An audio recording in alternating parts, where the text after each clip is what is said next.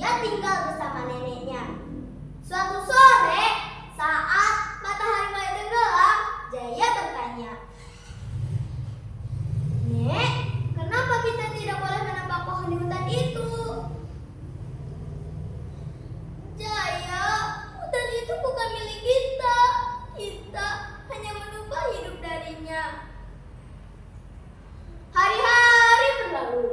Musim kemarau datang lebih panjang dari biasanya.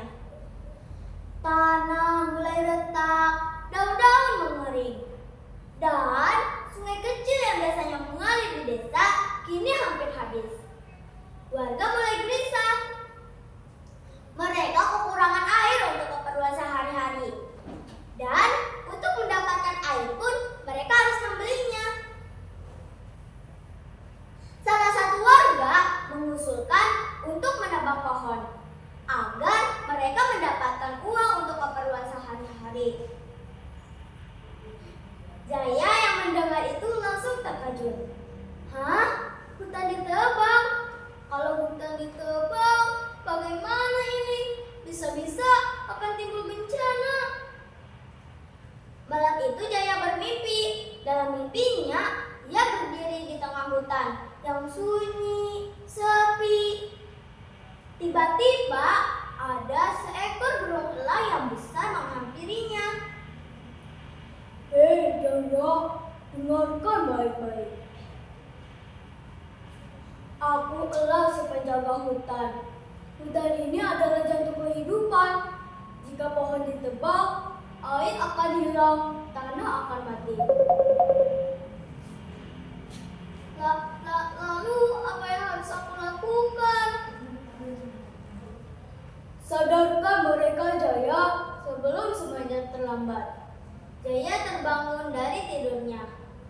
Pagi itu, ia berlari menuju balai desa, di mana warga desa berkumpul.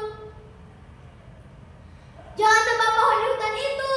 Kalau kita tebang, kita pasti akan kehilangan sumber air dan kita juga akan terkena bencana." Tapi warga tidak mendengar perkataan Jaya. "Aku memang anak-anak, tapi aku tahu kalau kita merusak alam, kita juga merusak hidup kita sendiri." Suasana mendadak hening. Tiba-tiba, dar, dar, dar. Petir menyambar keras, angin bertiup kencang, langit menghitam, hujan turun deras sekali, tapi hanya sebentar. Air mengalir cepat di tanah yang kering, tak teresap justru meluap. Air masuk ke ladang warga, tanaman mereka rusak, warga pun panik. "Lihat, tanah kita sudah tidak kuat. Kalau hutan hilang, ini akan lebih parah." Seorang warga berkata, "Anak ini benar. Kita terlalu lama mengambil dari alam tanpa menjaganya. Kita rawat kembali hutan, kita tanam pohon, kita jaga air, dan kita berhenti merusaknya." Sejak hari itu, warga desa berubah. Mereka menanam bibit pohon, membuat penampungan air hujan. Mereka menjaga hutan seperti menjaga rumah sendiri. Dan sejak saat itu, hutan Banjar Patroman tidak lagi dijaga, tapi juga dicintai. Nah, teman-teman, dari cerita tadi kita bisa mengambil pelajaran bahwa alam adalah sumber kehidupan yang harus dijaga bersama, dan keserakahan manusia dapat merusak keseimbangan alam. Untuk itu, mari kita jaga hutan.